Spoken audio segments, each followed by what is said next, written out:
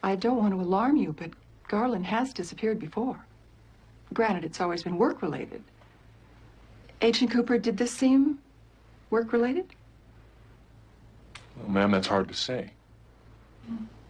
So, Betty, you're saying this behavior is part of the way the Major operates? Let me ask you this. Did he leave suddenly? Yes, he did. We were speaking philosophically, and I left the campsite to answer the call of nature. When I returned, he was gone. The fact that you were in the woods is very significant. In what way? Confidentially. He talks about them constantly. Ma'am, has the Major, clearly a man of no small spiritual advancement, been attempting to contact some element that lives in the woods as a part of his top secret work? That's classified. Well, he certainly has a Renaissance passion for exploration, doesn't he? That is how he sees himself. And there's no manual for it. And there's certainly no manual to be married to it. Betty, thanks for coming in. I guess there's not much more we can do right now except keep our eyes peeled. Garland left some notes on his bedside table. I can call you back with them. They might be very helpful.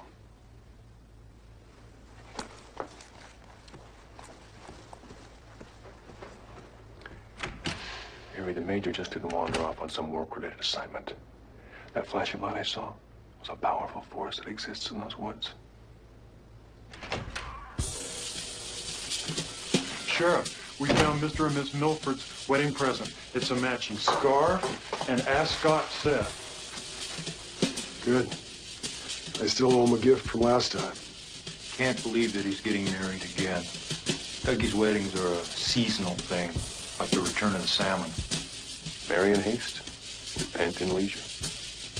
Hello, Sheriff? There's a call for a Dale Kruger. Long distance. I hope I didn't cut it off. Temp. Lucy's helping out with the Milford wedding. Coop, where are we? This is Gordon Cole calling from Bend, Oregon. How you doing, Gordon? Coop, I just called to say that you have my full support in this investigation business. These are hard times, but we get through them. Thank you, Gordon. It ranks poor with me, too. Now, Coop, is any of this true? Double homicide? Stolen drugs? Storming a whorehouse? It's all a bunch of hogwash. And I have to tell you, the Drug Enforcement Agency's starting to nose around. They're sending down a top dog to investigate the drug angle. Who are they sending?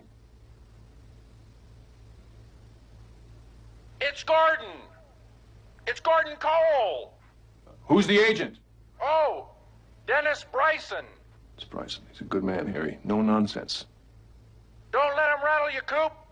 These guys make a living looking through other people's drawers. We've all had our socks tossed around from time to time. Couple of words of advice. Let a smile be your umbrella. Thanks, Gordon. See you, Coop. Well, Harry, time to face the music.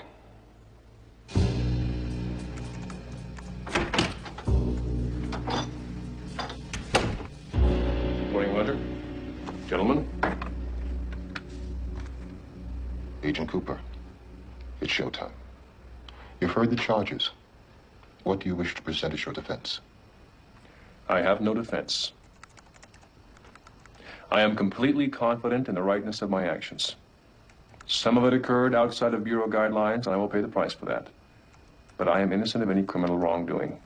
If they wish to charge me, I will defend myself in a court of law.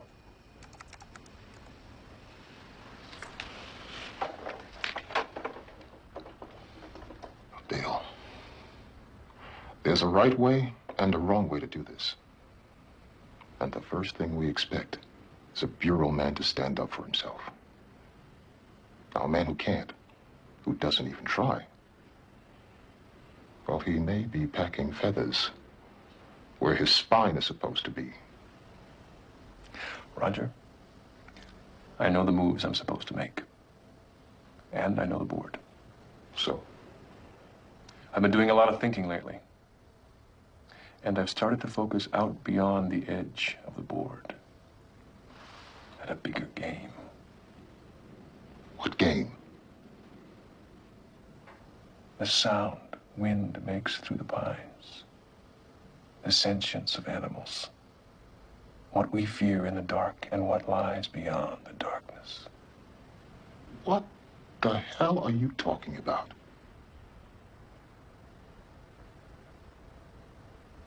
I'm talking about seeing beyond fear, Roger. About looking at the world with love. They're liable to extradite you for murder and drug trafficking. These are things I cannot control.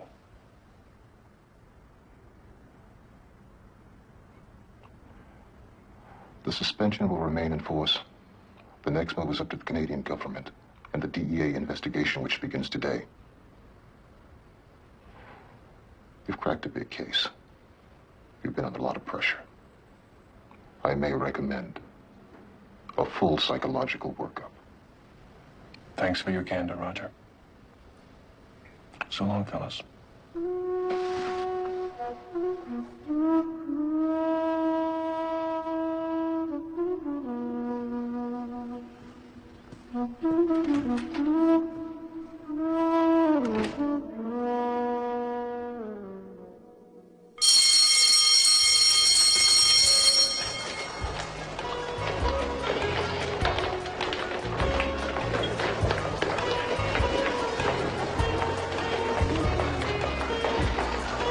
Donna, hi. Hi, Nadine. Have you heard anything from James? You mean Eddie's friend with the motorcycle? Yeah. Well, he hasn't been around for a couple days. Listen, I gotta ask you something, and I hope you don't think this is too personal. What? Well, are you still, like, going out with Mike or anything? Yay! Why? Well, you have to promise not to say anything. Promise, okay? Sure. Well, I think there may be some major chemistry developing. Oh, my God. There he is. Hey, Donna. Hi, Mike.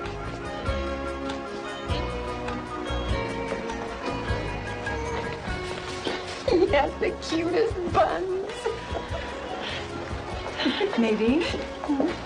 What about Ed? Aren't you still seeing him? Yeah, sort of. Well, if you're still seeing Ed, then how can you start seeing Mike? Well, Eddie stays home and Mike's at school. Eddie likes to stay in, Mike likes to go out. And let's be realistic, sometimes Eddie acts like he's old enough to be my father. Catch you later.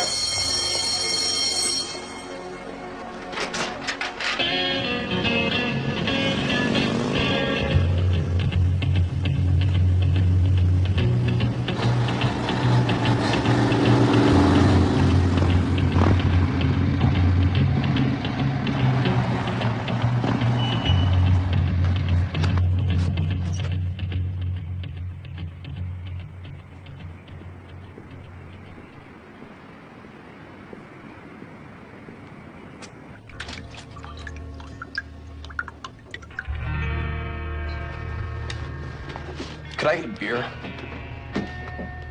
Hi. Hello? Headed somewhere? I'm sorry? Is there someplace you're going to or running from? Got the wrong guy. I'm all right. Men are always all right. Right up until they pull the trigger. And then we watch the neighbors solemnly march out to the news cameras to tell us he was such a nice, quiet guy. Well, I'm only quiet on the outside. I could almost hear what's inside from here. Live nearby? Yeah, Twin Peaks.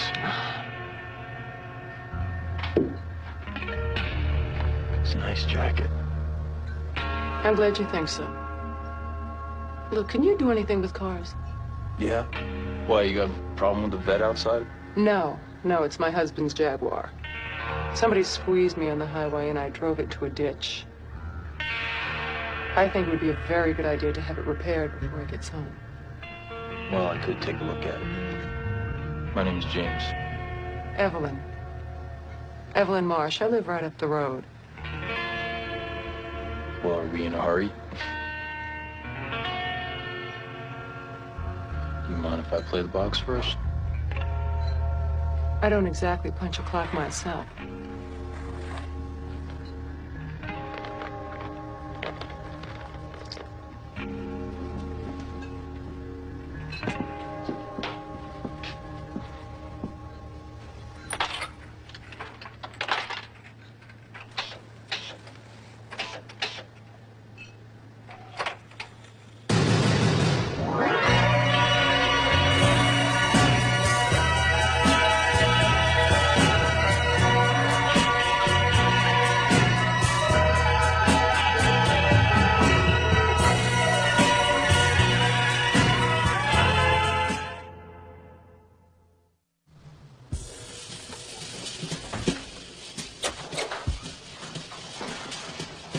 Good day, Dick.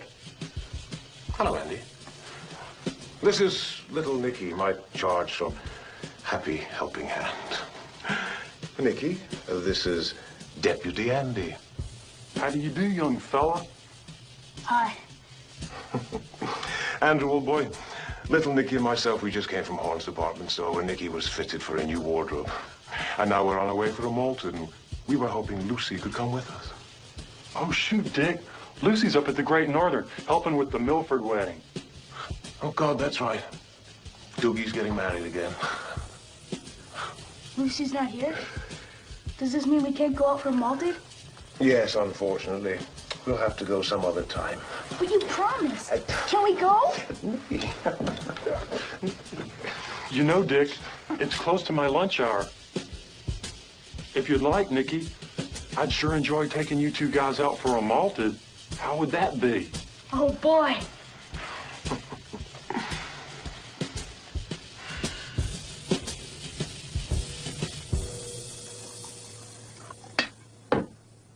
So what'll you do if we can't figure a way to get you cleared? Well, Harry, the giant said a path is formed by laying one stone at a time. Have either of you fellows heard of a place called the White Lodge? Where'd you hear of it? Well, it was the last thing Major Briggs said to me before he disappeared. Cooper, you may be fearless in this world, but there are other worlds. Tell me more. My people believe that the White Lodge is a place where the spirits that rule man and nature here reside. It's a local legend. Goes way back. There is also a legend of a place called the Black Lodge, the shadow self of the White Lodge. The legend says that every spirit must pass through there on the way to perfection. There, you will meet your own shadow self. My people call it the dweller on the threshold. The dweller on the threshold. But it is said, if you confront the Black Lodge with imperfect courage, it will utterly annihilate your soul. Agent Cooper? Agent Bryson's here to see you. Send him right in. Dennis Bryson and I worked together in Oakland. He's one of the finest minds in the DEA. Harry, we're in very good hands. Coop. Dennis? It's a long story, but actually I prefer Denise, if you don't mind. Okay. Sheriff Truman? Please. Deputy Hawk? Denise Bryson, Drug Enforcement Agency. Well, I had a nice ride out here, Sheriff. It's hard to imagine you have even any crime. I picture you chasing lost dogs and locking up the town drunk. Unfortunately, it's a little more involved than that. Well, let's get right to this, Dale. The DEA's interest in you stems from allegations made by an RCMP officer that you stole drugs being used by him in a sting operation. Denise, I believe I'm being set up. Well, my recent experience has taught me never to judge too quickly. Well, anyway, I'll get right to this and get back to you later.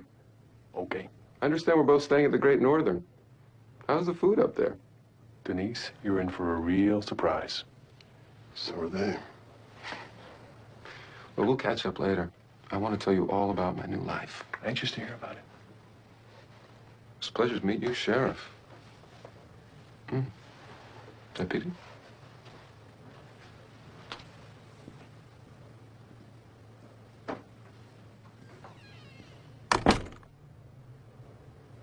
That's a good color for him.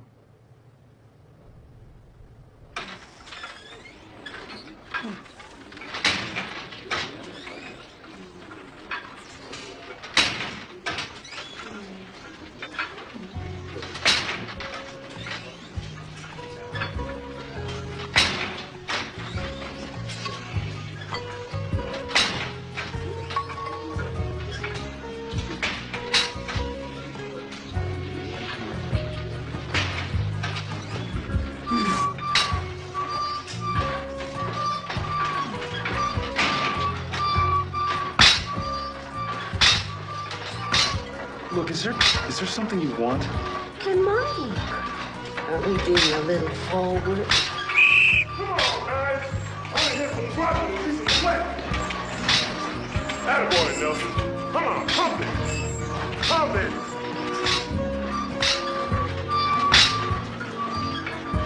Hey, what's your name, little lady? Butler. Well, Nadine, ever give me thoughts of going out for the wrestling team?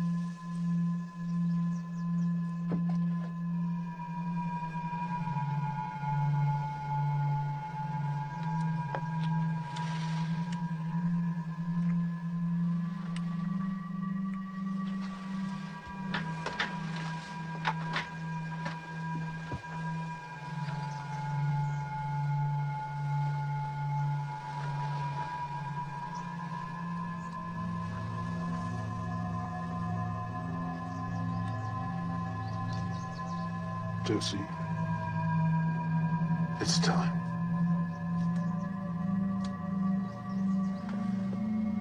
I can't be with you unless I know Oh, Harry. the truth.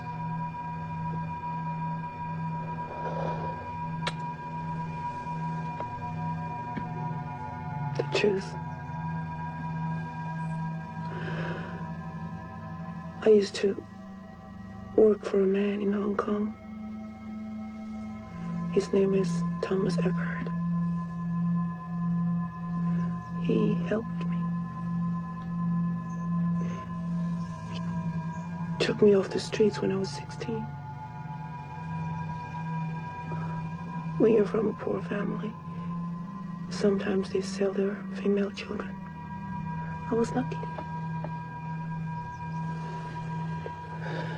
He taught me about life, about business. He was my father, my master, my lover. When I met Andrew Packard, I was already afraid for my life. Andrew was also a business partner. When Andrew asked me to marry him, I said yes. Who is this Mr. Lee? Who's this cousin? I'm sorry, Harry. I was just trying to keep you out of this. The less you know, the better. Who was he? He works for Eckhart. He said if I didn't go back with him, he'd kill you. Why? Because Eckhart wants me. He's never stopped wanting me. He thinks I'm his property. When Andrew was alive, he could protect me. I now believe Eckhart is the man responsible for Andrew's death. We were in the airport in Seattle, and I just escaped. I'd rather die. I'd rather die than go back to the monster. Josie. Josie, you'll never have to go back there. You're with me now. And now, you kill the both of us.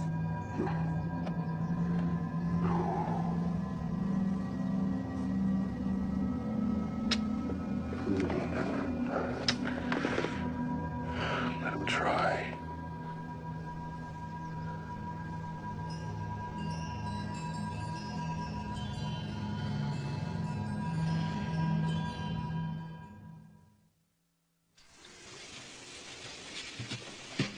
Sorry it took so long, but we're a little short on help today.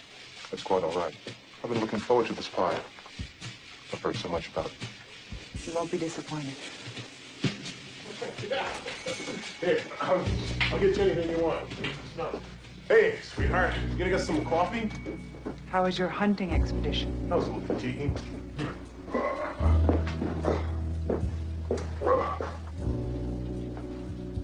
Catch anything? I hope not.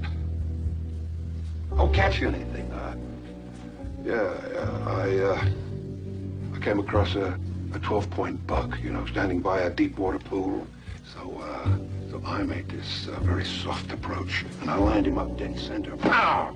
You should have had your camera. Are you having it mounted? Oh, yeah. Even as we speak, it was great, just great.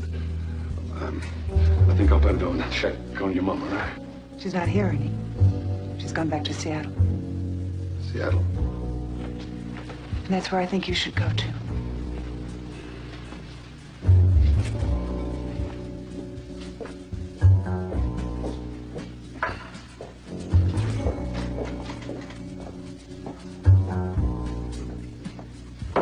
Hey, buddy. What's with the long face?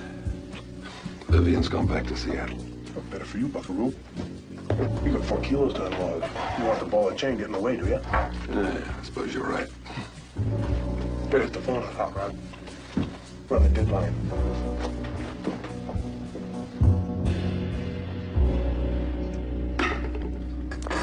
Here we go.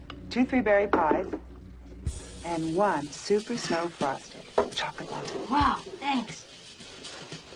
Looks just like Whitetail Mountain, doesn't it, Nikki? How much does it cost? Oh, money is no object, little Nicholas. Stop! Stop! Sorry, Uncle Dick. It's okay, Nikki. Uncle Dick isn't mad. Are you, Uncle Dick? Uncle Dick is simply ripping. Thank you. Pass me a napkin, Uncle Andy.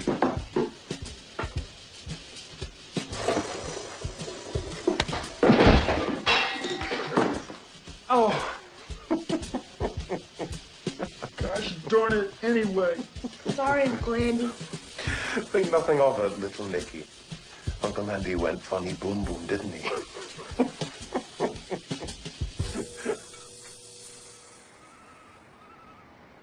I think I can put this right. It is beautiful. Jeffrey loves this car. My husband. He loves this car. Where is your husband, Mrs. Marsh? I don't know this week. He travels extensively. Business. This car was built in 1948. Jeffrey has to have the most unique and beautiful toys. They have to be perfect. He's that way about everything he owns. Could have learned something from that if I'd been paying attention. Are you that way, James? Are you that way about your bike? I guess I'm not so interested in how my bike looks as I am where it can take me. Where do you want to go? It's not really a place, it's a feeling. Sometimes riding at night, I punch off the headlights and roll on the throttle and just rocket blind into the dark.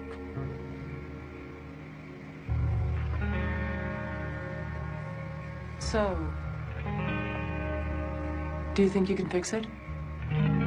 Yeah. There's a room above the garage. You can stay there if you like while you work. Room and board, and anything else you think is fair. I really do need to have this fixed before Jeffrey gets home. I'd like you to stay, James. I'd enjoy the company. Okay. Good. It's settled then. I'll leave you to it.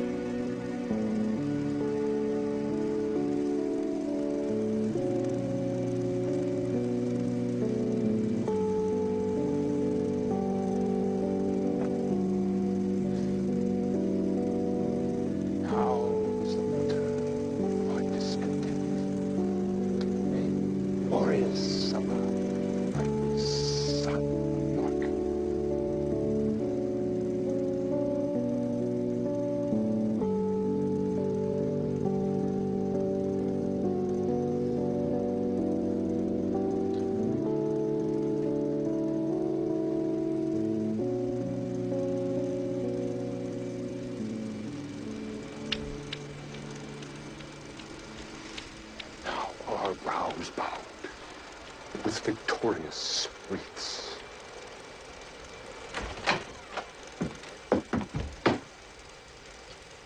A stag party? And I wasn't even invited? Where the hell have you been? Ben, I have had an absolutely killer schedule.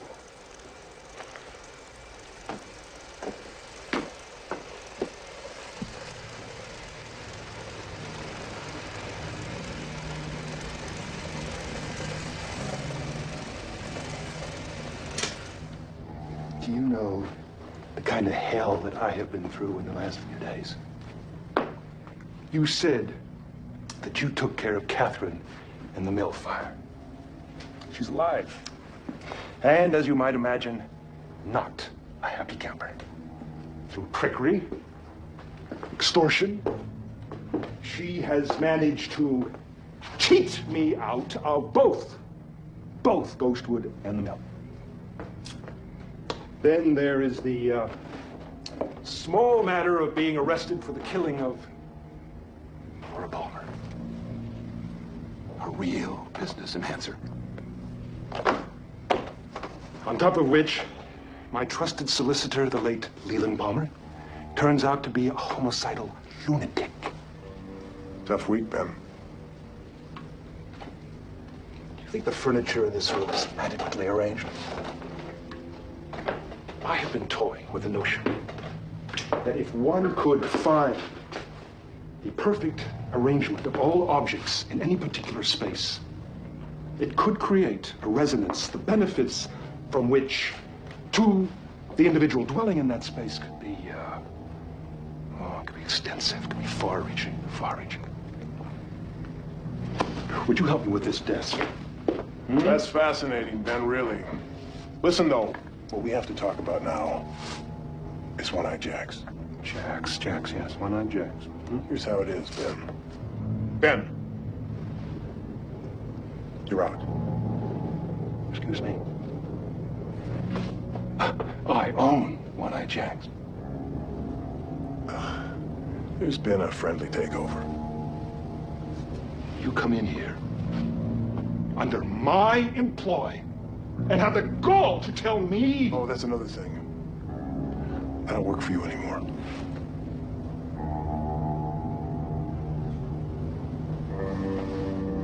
Renault. Jean Renault. It's Renault, isn't it? Hank, let me tell you. The guy is a psychopath. Psychopath. And you, my friend, are dancing with the devil. Ben, you're a nut. You think I'm just going to sit here and let you take all this? Ben, life has changed. I want you to listen to me when I tell you that this is how it's going to be. Don't patronize me, you goon. You're a mess, Ben. Look at you. You screwed up, boss man. You're out, Ben.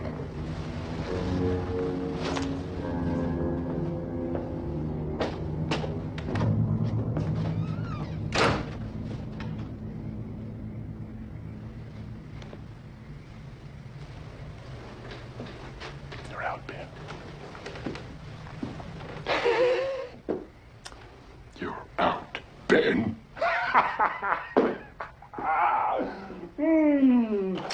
You're out. Ben, you're out.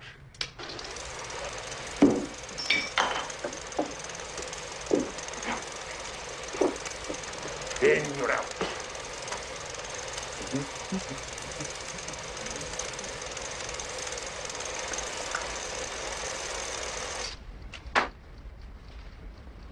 Wyndham Earl.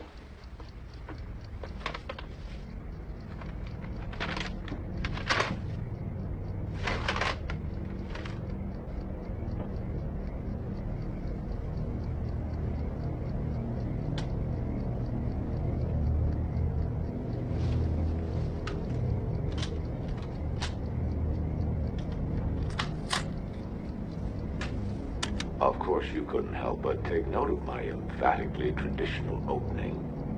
I must say, your responding move was nothing if not reflective of your predilection for the tidy and fastidious. See how my response to you begins to lead us towards a classical confrontation. But there's doubt in your mind. What are my true intentions?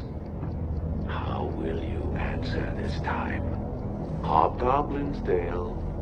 Consistency, predictability, giving rise to patterns. We both know only too well how these patterns leave you vulnerable to attack. You with your wounds, I with mine. Let me paint you a picture. My knights will skirmish. Lanes of power and influence will open to my bishops and rooks. Pawns will naturally be forfeit.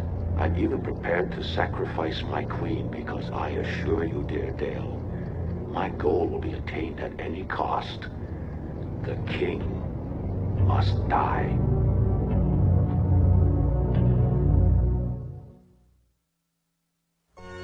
You, Douglas Milford, take this woman to be your wife, to love and to cherish so long as you both shall live.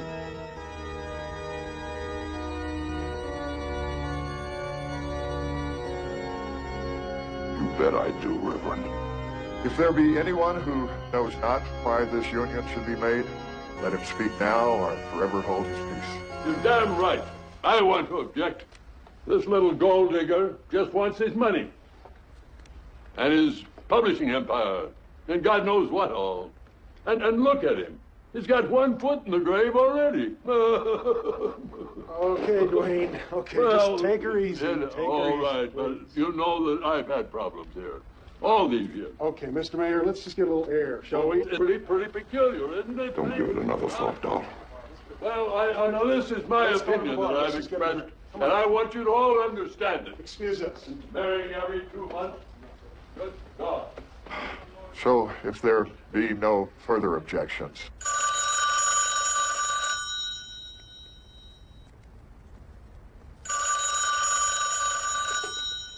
Cooper here. Denise. Well, that'd be nice. I'll be right down.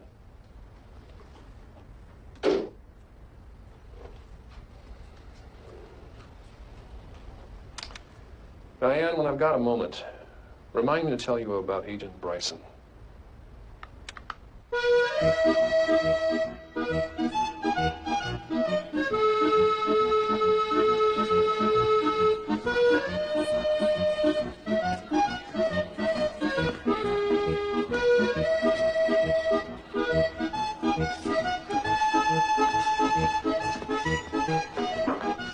I just love Milford weddings. Unfair advantage. How many of those girls were varsity wide receivers? Very few. Bad news first. I found cocaine residue in your car, and my guess is it will match the lot stolen from the Mountie. Dennis, this can't appear straight to you. Denise. Sorry. Okay. Well, sure, it looks like a frame, Coop, but I'm gonna need more than your opinion to make that stick. Can you help me? Well, that gets into a very delicate area. But on the other hand, I'm trying very hard recently to get more in touch with my feelings. Ladies and gentlemen, the cake. Dougie's always been a sucker. Let a woman pass with play in her eyes and jello in her walk, and he's a trout on a hook.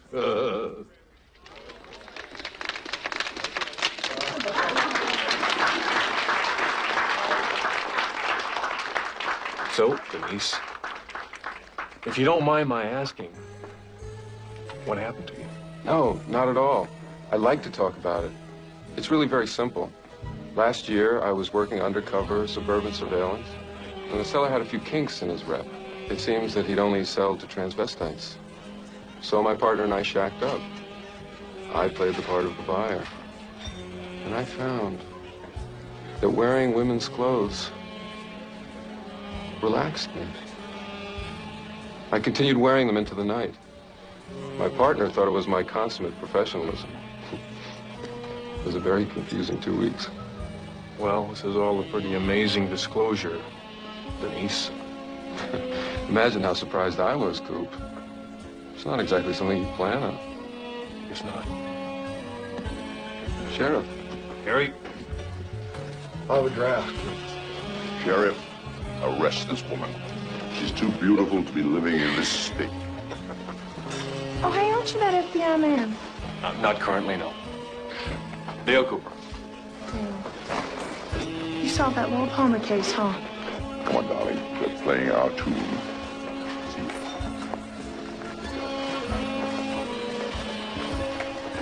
Sure hope those two go up to the honeymoon suite soon. We've had to separate Dwayne and Dougie twice already. Happens every wedding. Boys will be boys. I was married to the same woman for half a century. God rest her soul.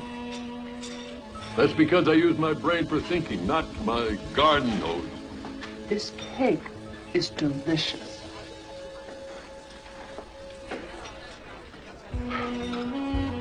music. Turned out pretty good. Might have been the death march. An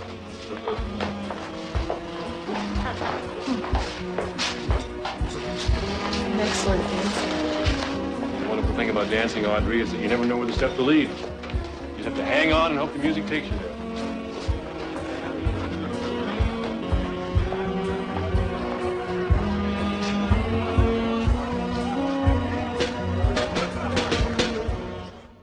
Your brother, my husband, Andrew Packard, was killed by a man named Thomas Eckert.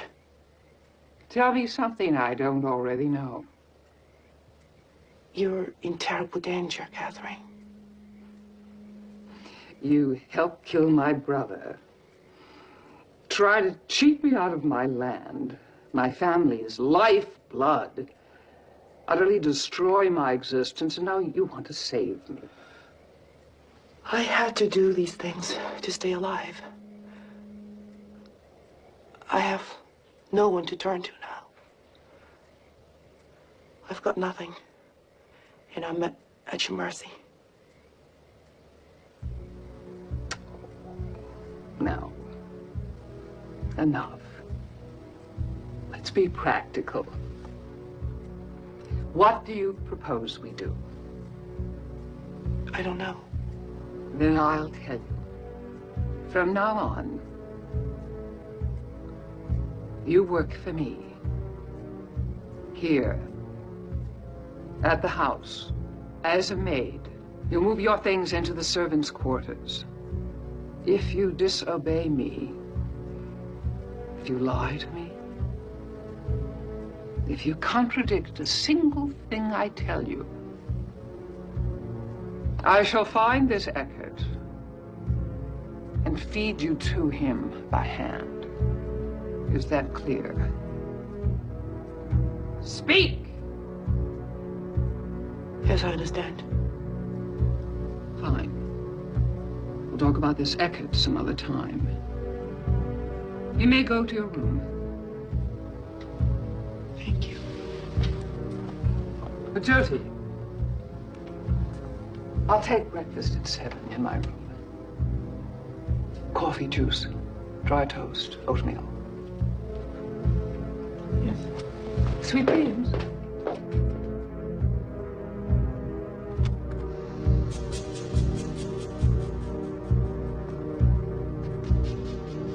Happy, Andrew? Everything is going exactly as we planned. And now?